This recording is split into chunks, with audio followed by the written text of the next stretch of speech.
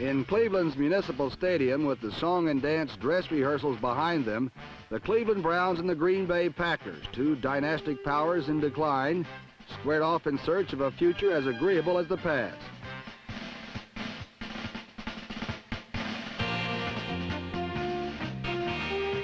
Green Bay's future began looking green and golden when their #1 draft pick, Willie Buchanan, picked off this Bill Nelson aerial on the third play of the game.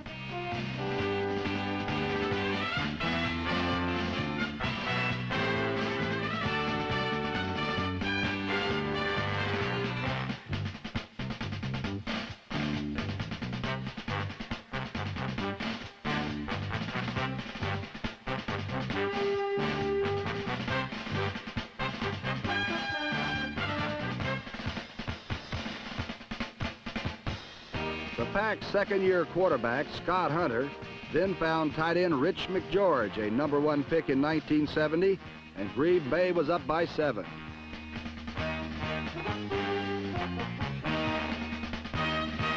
Hunter had hopes of an early rout when he found #46 Leland Glass sprinting free, but the rookie Glass could not complete the play.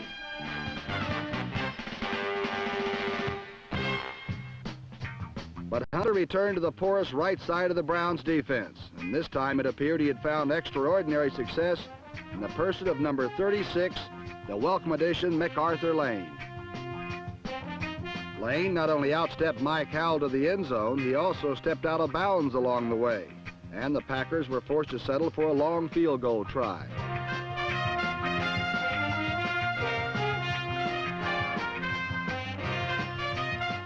Chester Marco's attempt was blocked by Jerry Shirk and recovered by Clarence Scott, who completed the 55-yard turnabout touchdown play.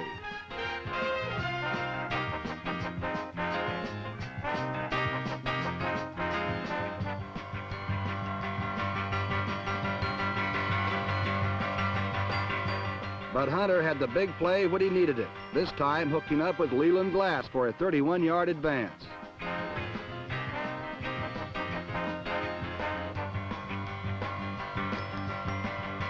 And then, off the play pass action, he coupled with #81, Rich McGeorge, for the go-ahead score.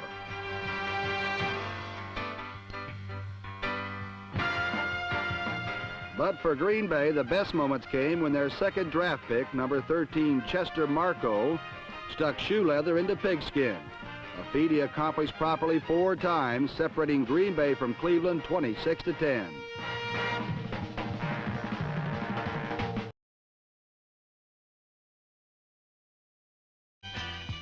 In Green Bay last week, the parking lot was jammed as Packer fans turned out to see their green and gold go up against the silver and black Raiders from Oakland. Packer coach Dan Devine was seen for the first time in a while without his crutches. But he had an even better crutch in quarterback coach Bart Starr, who's been a big help in developing Scott Hunter, #16. Hunter got the Pack moving early on a perfect strike to John Brockington.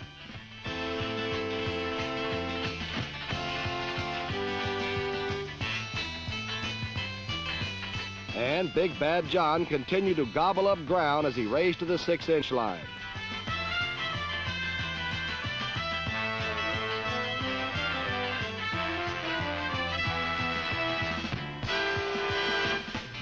He then rammed it in the last 6 inches, and the Packers led 7-3. But when Green Bay threatened again, the Raiders came up with that one big play for which they're so famous.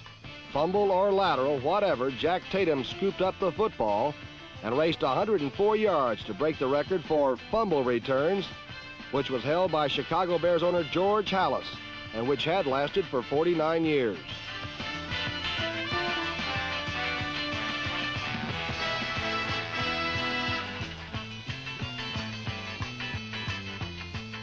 Despite the Raiders' lightning bolt, the Packers were undaunted.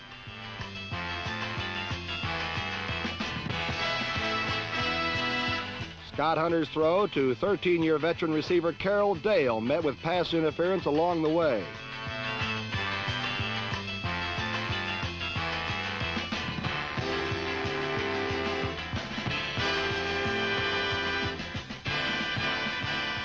Packers then capitalized with another short Brockington touchdown to lead 14-13.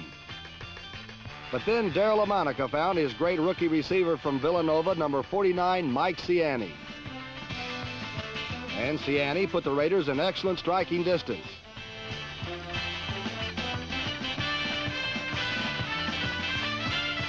Number 23, Charlie Smith, struck for 6 as the Raiders outlasted the Pack and evened their record at 1-1 and joined 3 other teams in first place in the AFC West. Raiders 20, Packers 14.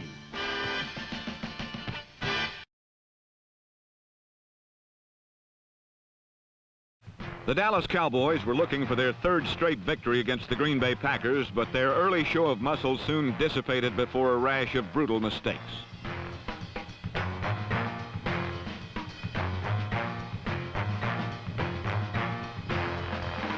There was veteran cornerback Herb Adderley, number 26, feeling the fickle fingers of age. And there was punt returner Cliff Harris, who parlayed a fumble into a turnover.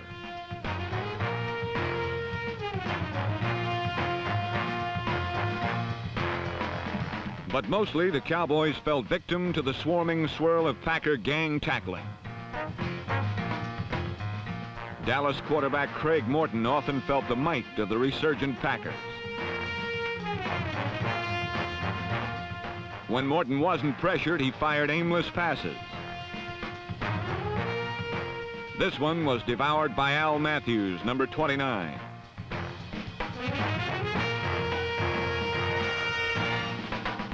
On offense, Green Bay was led by their star sophomore running back John Brockington. Brockington's bullish runs netted him 81 yards rushing and a pretty touchdown that gave the Pack a 10-3 lead.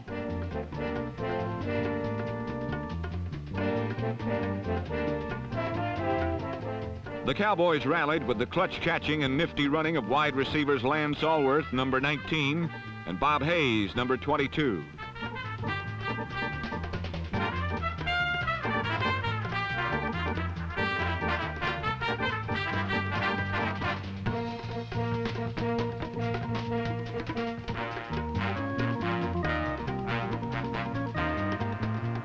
The finishing touch was applied by Walt Garrison, who powered past Packer safety Jim Hill to a touchdown.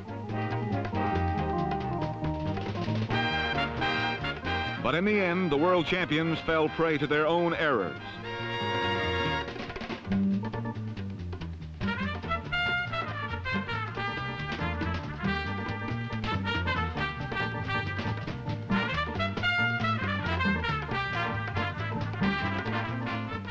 This interception by rookie Willie Buchanan, number 28, sealed the Cowboys' fate as Green Bay rode on the firm foot of Chester Marcol, whose 22-yard field goal gave the Packers a 16-13 victory.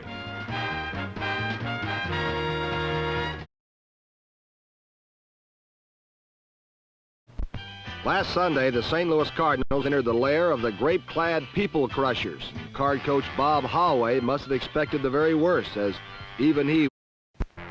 Up in Green Bay, the Packers quarterback coach Bart Starr remarked, "The Chicago Bears may be winless, but up here they'll play like champions. They're a funny team." Funny, snorted Chicago's new head coach Abe Gibran. The Bears are about as funny as a punch in the face on a cold day. And it was on that note that the Bears and the Packers resumed the oldest rivalry in pro football. From the beginning, it was apparent that Chicago's cute blonde quarterback Bobby Douglas was going to have trouble making advances against a very mean green defense.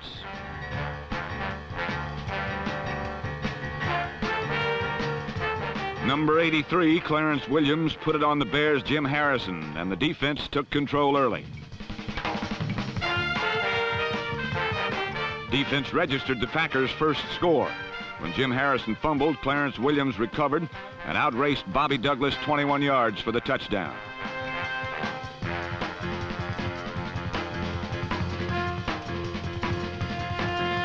Scott Hunter brought the Packers right back, hitting tight end Lynn Garrett in his second year out of New Mexico Highlands for an apparent 55-yard touchdown. But Malcolm Snyder was detected holding and the play was nullified.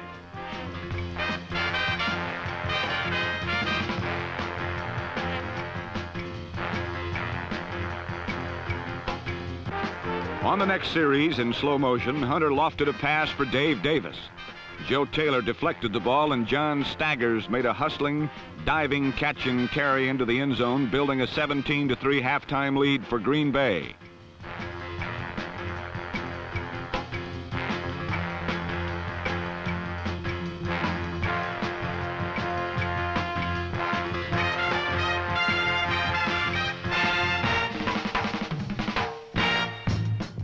But Bobby Douglas sent Cyril Pinder 2 yards to cap a 10-play drive in the third period, making it 17-10.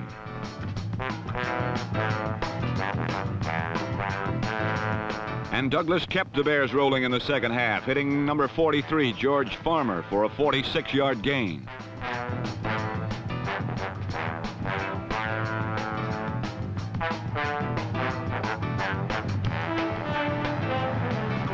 From there, Douglas scrambled around left end for 2 yards and the tying touchdown.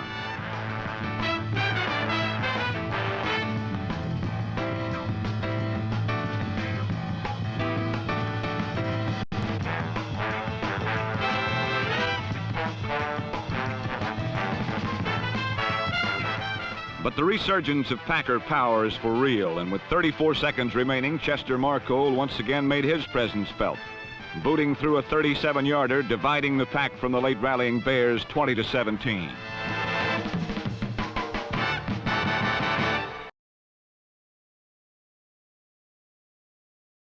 The fifth week before a Monday night audience, the Packers quickly fell 17 points behind the Detroit Lions.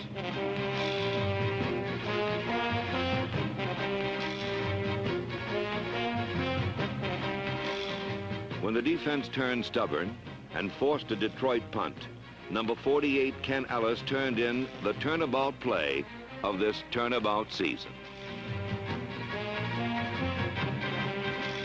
No play in the entire season was more important than this. In a game all but lost to the rival Lions, a team the Packers had beaten only once in the last 8 games, Ellis's run put Green Bay back on the hard road to contention. And from there, the rest of the Packers accepted the challenge.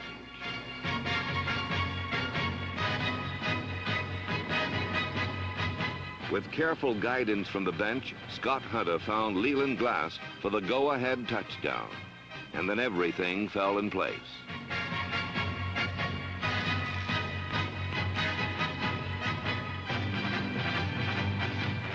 The defense was impenetrable.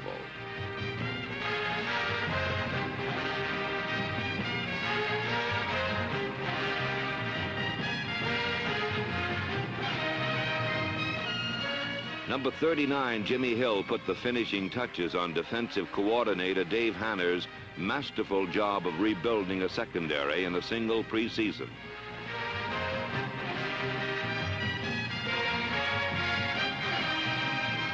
And the Lions were left flat on their backs after a 24-23 comeback victory by the Green Bay Packers.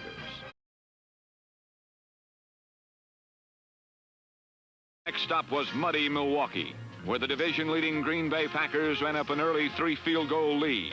But again, Bob Berry brought the Falcons back as he hit on 11 of 18 third-down situations, despite the deplorable conditions.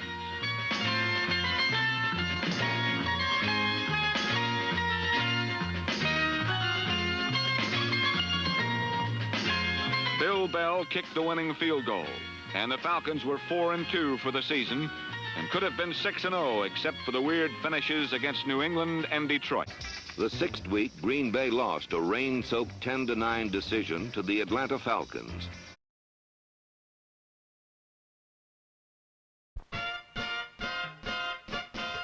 The Vikings invaded Green Bay with the certain knowledge that one more loss would surely eliminate them in the NFC Central.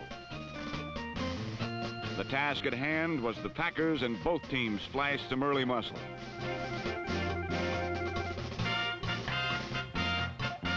While the Packers beat down Fran Tarkenton, number 88 Alan Page showed he had regained his all-pro form.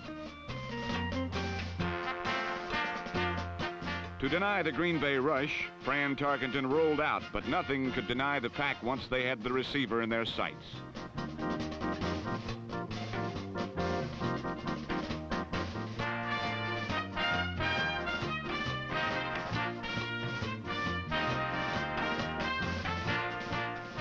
Green Bay forced the brakes early and cashed in on them on the running and receiving of all-purpose back John Brockington, number 42.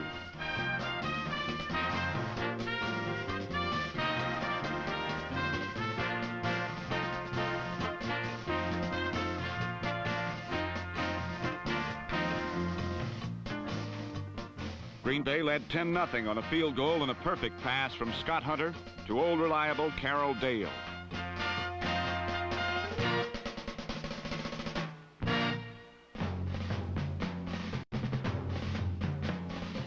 The Packers moved easily at times in the second half, but they could manage only one more field goal.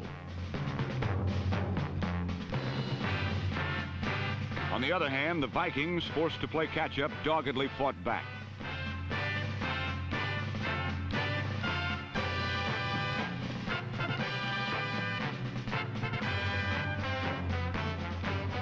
Finally, after 3 quarters, the game was tied at 13.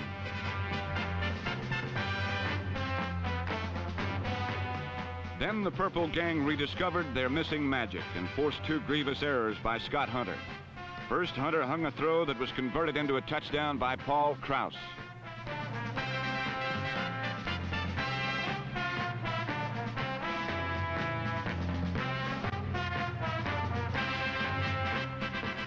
Minutes later, another Hunter pass deflected off MacArthur Lane, and Wally Hilgenberg glad-handed it.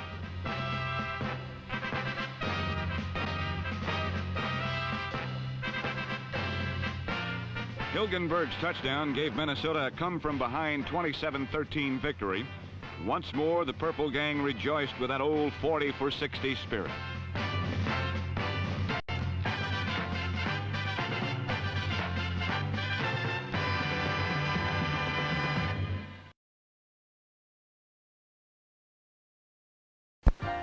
With John Brody injured, both he and Bart Starr were watching Steve Spurrier. After 6 years in the league, number 11 is still inexperienced, but he amassed 49 points the previous week against Atlanta, reviving San Francisco's sagging playoff hopes. Meanwhile, the resurgent Green Bay Packers were badly in need of a victory after 2 defeats, and their hopes were pinned to Scott Hunter, a quarterback of only 2 years' seasoning.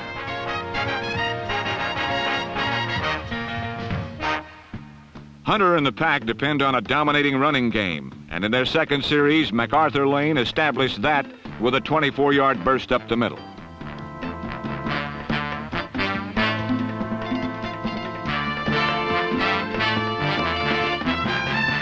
Then in a 3rd-and-1 situation, echoing his coach Bart Starr, Hunter hit John Brockington on a 48-yard play, and the Packers went up by 7.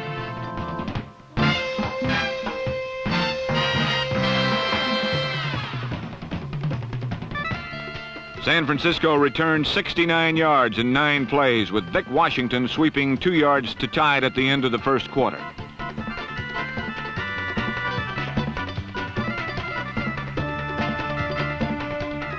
But a Brockington explosion made it 14-7 in the 3rd period. Gaining 30 of 133 yards he would collect on 16 carries, Brockington burst free to score his 2nd touchdown of the day.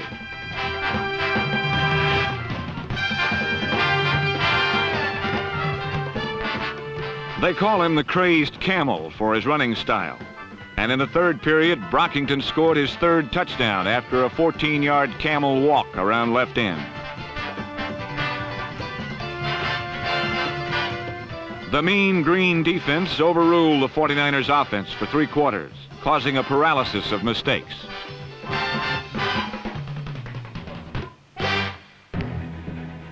This Vic Washington fumble set up a Chester Marcole field goal and a 24-10 Packer lead.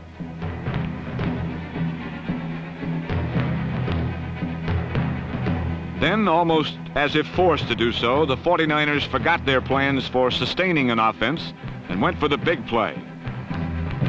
Gene Washington stepped out for a 62-yard catch and carry, closing the score to 24-17. A repeat of the play shows that Spurrier was well protected while waiting for Washington to beat number 28, rookie cornerback Willie Buchanan. And a perfect go and throw is still the most exciting play in pro football.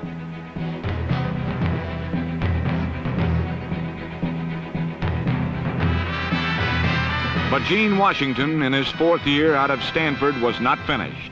After a Packer field goal, Spurrier found number 18 open over the middle.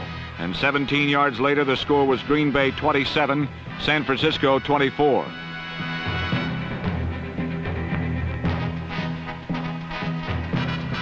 Finally, with only 32 seconds remaining, the Pack iced a game they seemingly had won in the 3rd quarter. Number 48, Ken Ellis, picked off a Spurrier sideline pattern, and Green Bay had a much-needed 34-24 victory to stay tied for the lead in the NFC Central with the Detroit Lions.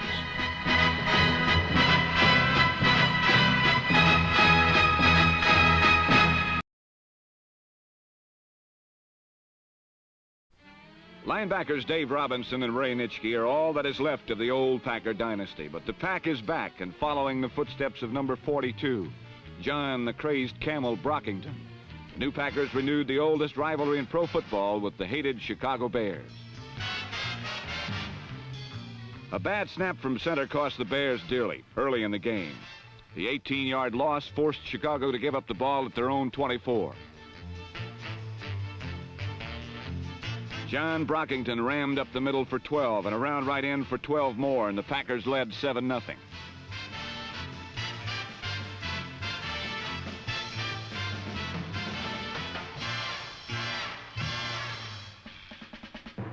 Bobby Douglas brought Chicago back, sparking a drive with this 26-yard keeper.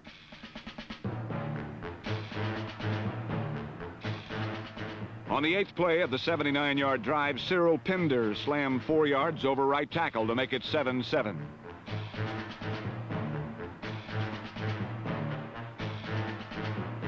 On the ensuing kickoff, number 37, Ike Thomas, almost went coast to coast, but settled for a trip to the Chicago 11-yard line, setting up Scott Hunter's 1-yard sneak for a touchdown.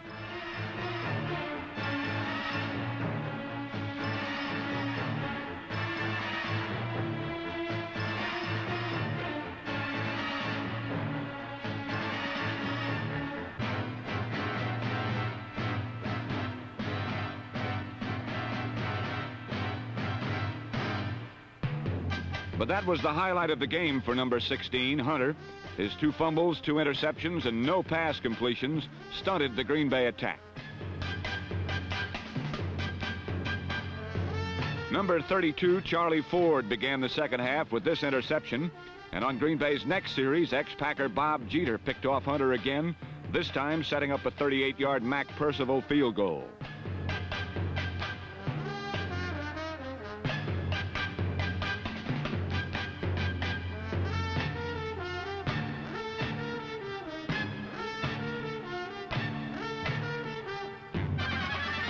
When Hunter tried his legs, he was put down soundly with a hit by number 30, Jimmy Gunn, a hit which eventually kept a woozy Scott Hunter on the bench.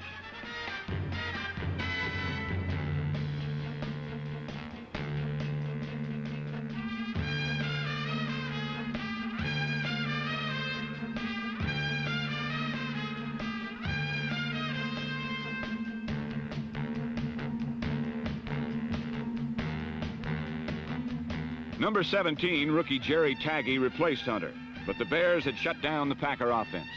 Holding the Crazed Camel to 70 yards and 19 carries, they limited the Packers' total offense to 170 yards.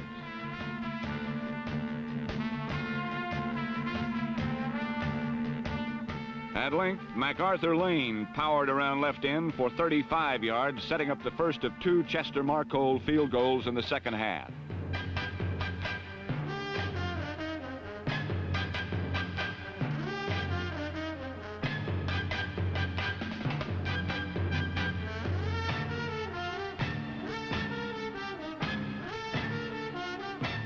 Marcole's second boot came after number 89, Dave Robinson, stripped Bobby Douglas of the ball, and number 87, Alden Roche, recovered it for the Pack.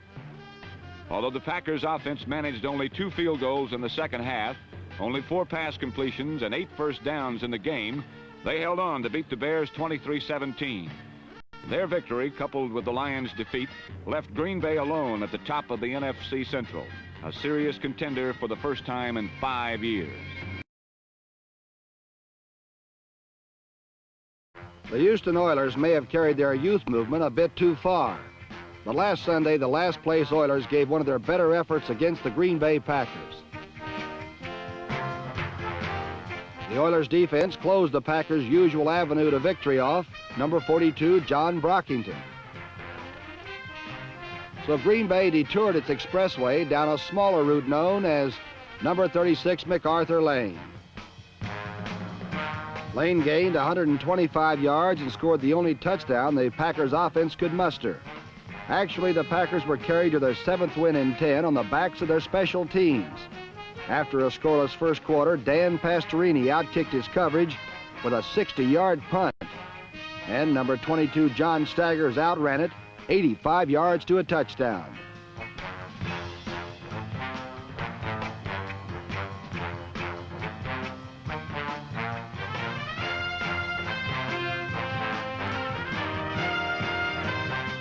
One series later, Packer punter Ron Whidbey outdid Pastorini, a 68-yarder without using his feet.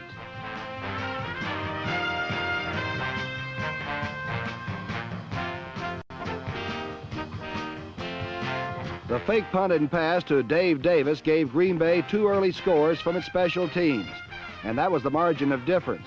The fury of the reborn Packer defense did the rest.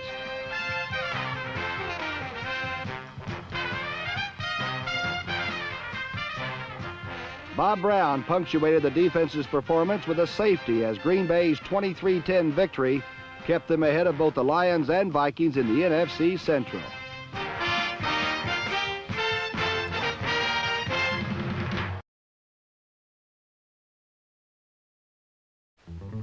Super Bowl hopes are sky high in Washington, but everybody's got their feet on the ground. Redskin fans and players alike are taking each game one at a time, savoring the season, enjoying their own enthusiasm. For stuffed with ice cream and goodwill for all but their next opponent, the Redskins' holiday season began in September. And after 9 victories, only one more over the big tough Green Bay Packers would secure their second playoff berth in 2 years under George Allen.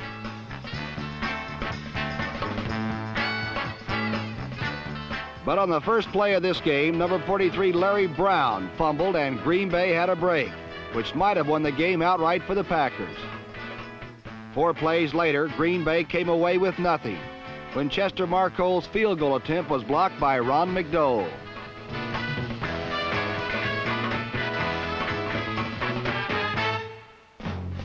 In the second quarter, little number 37 Pat Fisher intercepted a Scott Hunter floater, and Washington had the ball at the Green Bay 37.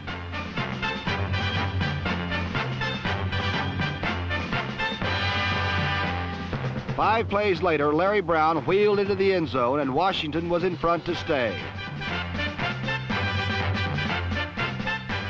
On their next series, Billy Kilmer hit Jerry Smith with a 25-yard touchdown pass. The half ended with Washington leading 14-6.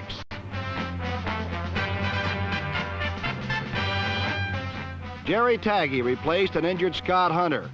And Washington had a break when Dave Davis dropped this breakaway pass on the way to an easy touchdown.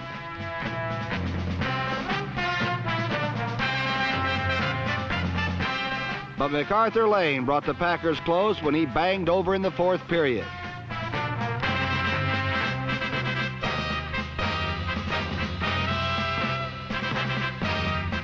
Billy Kilmer then drove 78 yards in 10 plays, picking an injury-deleted Packer secondary like an old turkey carcass.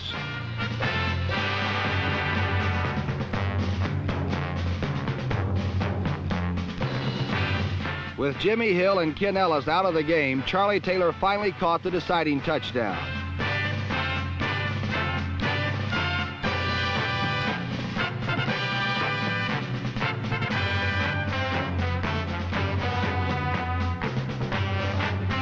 The consistent Washington defense then put down the hard-nosed Packers.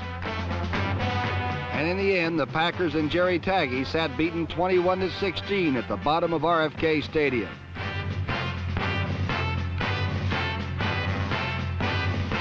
And Dyron Talbot and the Redskins celebrated at least a wild card invitation to the playoffs.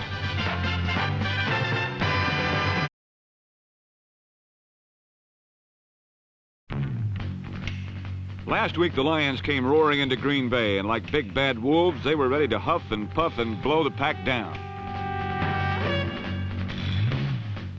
But they didn't so much as stir a zephyr until the last 3 seconds of the game, when Bill Munson to Ron Jesse accounted for all the Detroit points.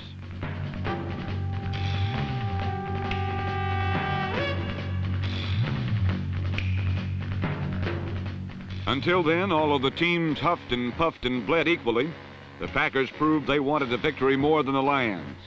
So it was the fine Green Bay defense that was blowing people down.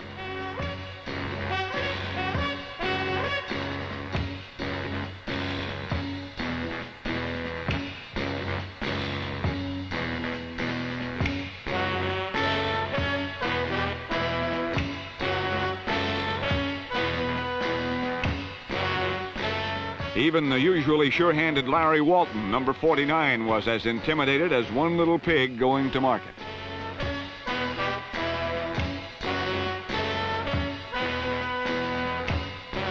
And when the Lions blew it, number 48, Ken Ellis, was there to recover a fumble or to steal a tipped pass and set up a touchdown.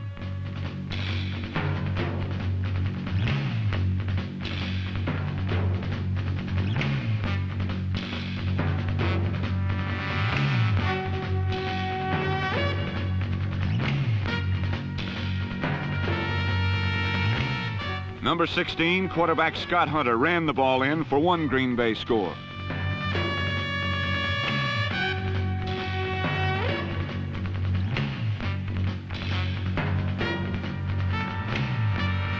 However, the Lions' worst mauling came at the hands of number 42, John Brockington, who was stopped on this play by number 20, Lem Barney.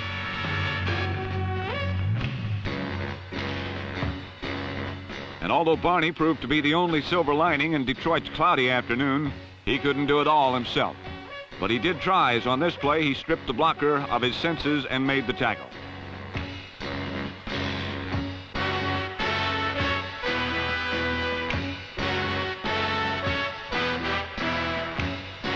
But then John Brockington blew a few houses down and could have even demolished one made of bricks as he gave the Packers a 33-7 win over the Lions. Gave a few signs in Green Bay some validity, for the moment anyway.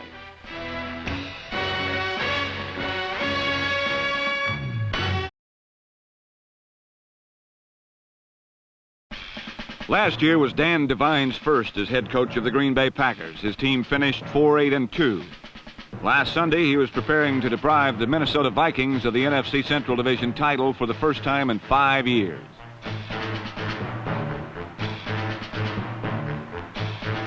Both the Packers and the Vikings' hopes live on defense. But a little too much defense got the Pack in trouble early.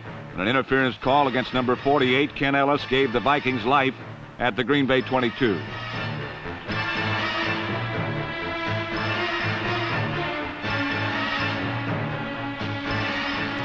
Five plays later, Fran Tarkenton handed to number 83, Stu Voigt, on an inside end around, and the Vikings led 7-0.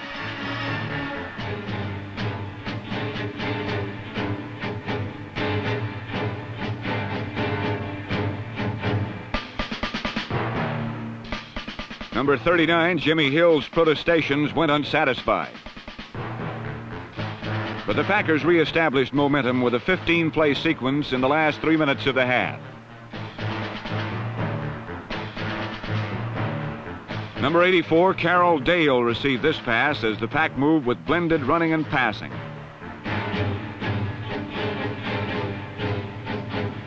Number 42, John Brockington, burst to the Viking 3, but a penalty one play later put the ball on Minnesota's 20.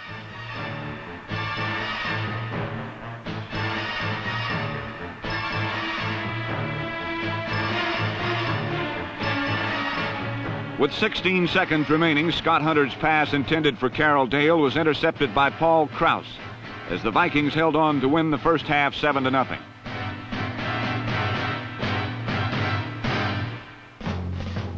But beginning the third period, MacArthur Lane cut back 37 yards across a half-frozen chewy gridiron to set up a 29-yard Chester Marcole field goal.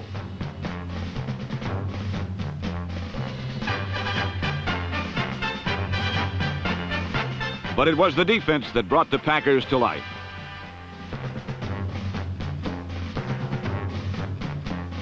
When Bill Brown fumbled after receiving a Fran Tarkenton pass, number 53, Fred Carr, claimed the gift, and 6 plays later, Scott Hunter snuck 1 yard for Green Bay's first touchdown.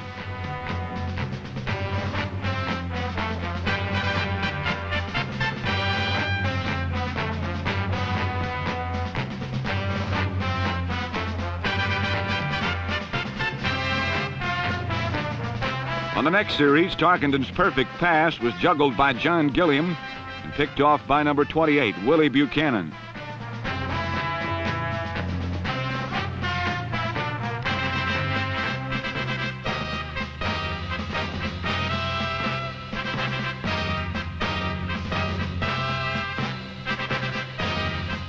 Four plays later, number 36, MacArthur Lane, drove 3 yards over Carl Eller, and Green Bay led 17-7.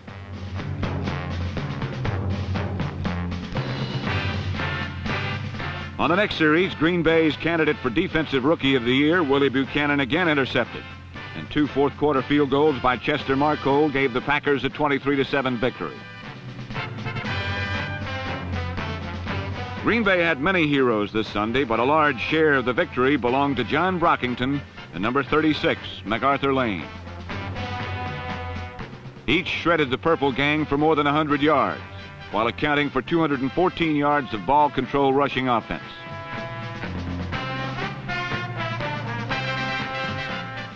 It was the first taste of glory for the Pack since 1967. And with 7 rookies among 18 new faces, this victory to clinch a Central Division title represents a monumental rebuilding job in just 2 years under Dan Devine. And for this new team, there is a fine old tradition and an honored description. The Packers are tough.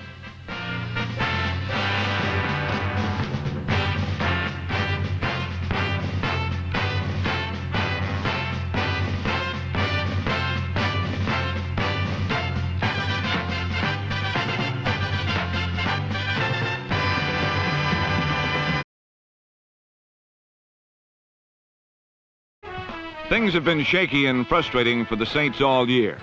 This young lady only added fuel to the fires of frustration. Last week against the Packers, it was frustration even on kickoffs, as Margene Atkins, number 26, so ineptly displayed.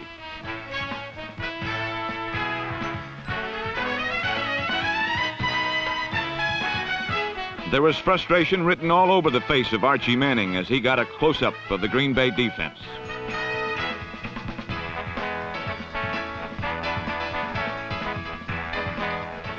And even when the Saints did right, it turned out wrong and frustrating as the Ron Whitby to Ray Nitschke combo hit for a first down.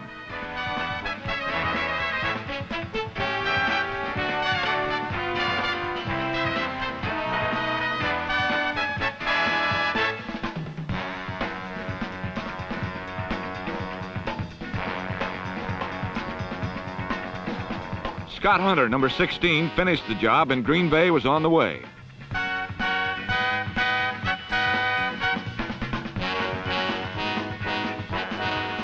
Number 36, MacArthur Lane, provided ground power as he gunned his way through the New Orleans defense.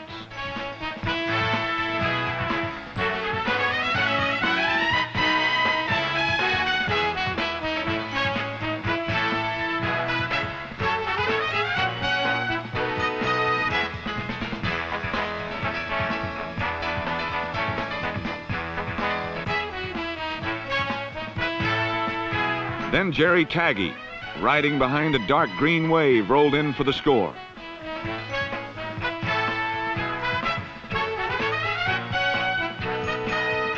But just as it looked like the Pack had nothing to kick about, they were forced to punt. The punt was somewhat misplaced, and the Saints' Richard Neal, number 87, turned it into a New Orleans score.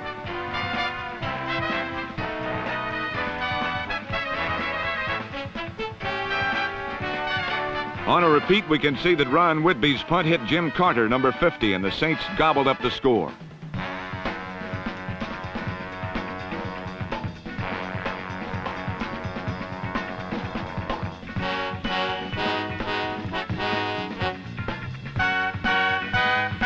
The unusual tally put some life into the Saints' offense, and Archie hit Bill Butler, number 38, for a touchdown.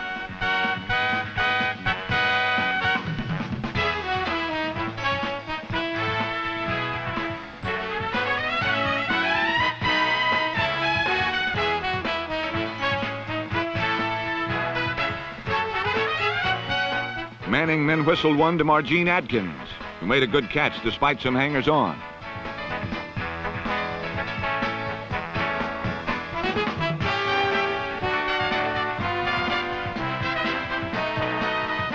Then it was Manning to Dave Parks, number 83, but the Saints' comeback was too little too late, and they ended their season of frustration with a 30-20 loss to the team that's back where the Saints have never been.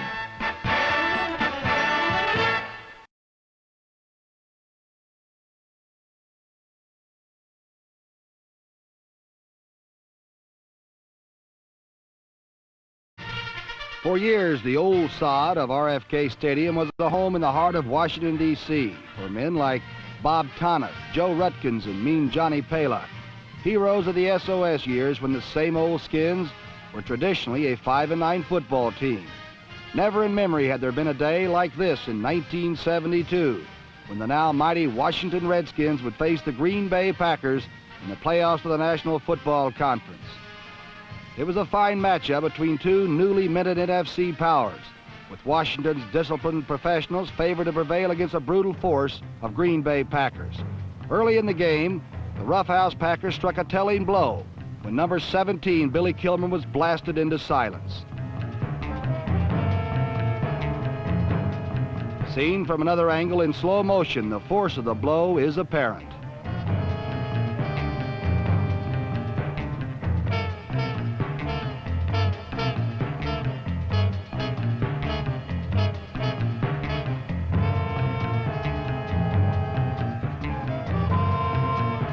And as Kilmer lay still on the old sod of RFK Stadium, 50,000 stood in hushed concern. For Washington had already lost one quarterback this year, the great Sonny Jurgensen, out for the season. The loss of Billy Kilmer would be insurmountable. It's impossible to measure the value of this rag-arm quarterback. Technically, his quick feet make him a good mechanic. Emotionally, his brawling heart pumps valor all over a football field. But more than that, he is just simply a good guy. And that is the rare quality which makes Billy Kilmer special. It's an example of his kind of leadership that he did not miss a play of this crucial game. For on Washington's next offensive series, Kilmer once again faced the Packers' mighty challenge. But through the early going, two excellent defenses dominated play.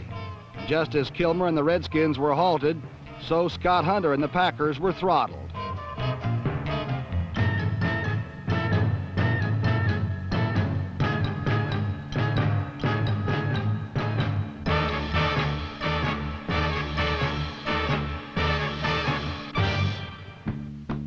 But midway through the second period, Scott Hunter's passes began to find the mark.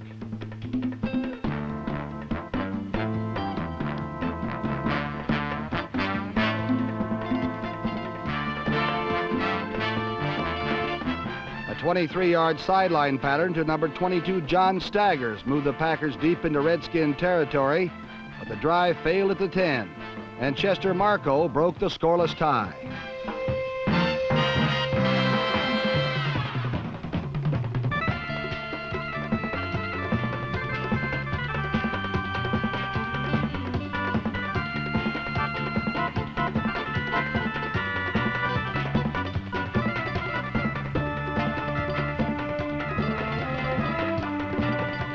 Number 28, Herb Mulkey, returned the ensuing kickoff to the Washington 40. And in this defensive battle, his 42-yard return would stand as the longest gain of the day.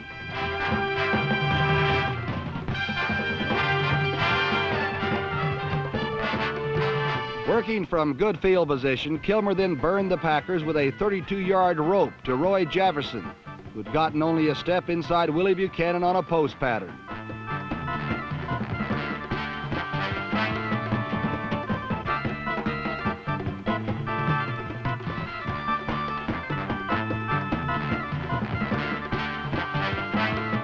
In spite of their hard-nosed defense, the Green Bay Packers left the field slightly stunned to try to regroup at the half.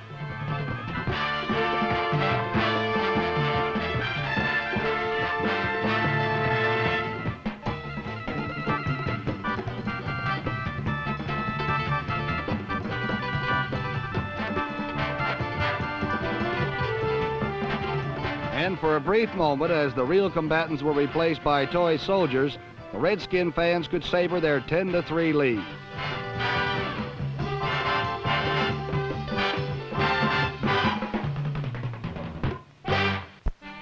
Beginning the second half, the same defensive pattern of the game was reestablished, and the Redskins' 7-point lead began to loom larger. The Redskins' thinking was to meet the thrusts of number 36 MacArthur Lane and number 42 John Brockington at the point of attack. Foregoing the popular deep zone defenses, the Redskins employed old-fashioned hard-nosed coverage. Often these defenses would isolate tiny Pat Fisher, number 37, in front of one of Green Bay's mighty backs. And when these mismatches occurred, the paper-thin Pat Fisher showed what wonders can be worked with courage and a lot of finesse.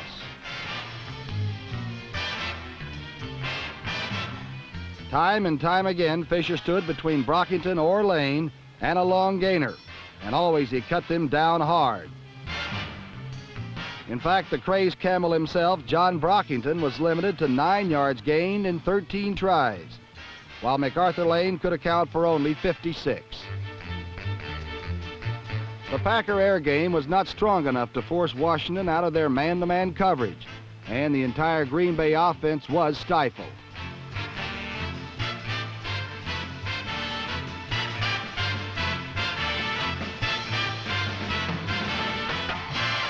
Meanwhile, with his longest gain 13 yards, number 43 Larry Brown collected 101 yards in 25 tries. And Billy Kilmer threw just enough to maneuver the Redskins into field goal position.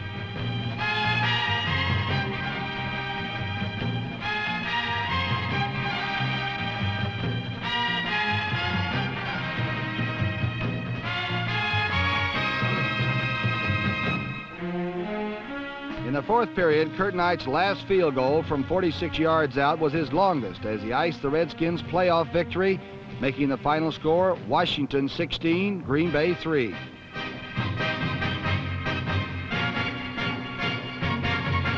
And how sweet it was for all those fans who remembered Gene Brito, Don Bossler, Vince Bermudo, and even Claude Crabb.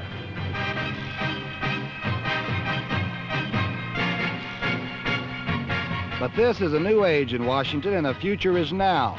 To ride with George Allen and all his over-the-hill Ramskins who blended with Pat Fisher, Larry Brown, Charlie Haraway, Lynn Hawes, and others who have now won fame without ever losing honor. And after the 21st victory since George Allen's arrival in the Washington locker room, there would be 3 more cheers for the Redskins.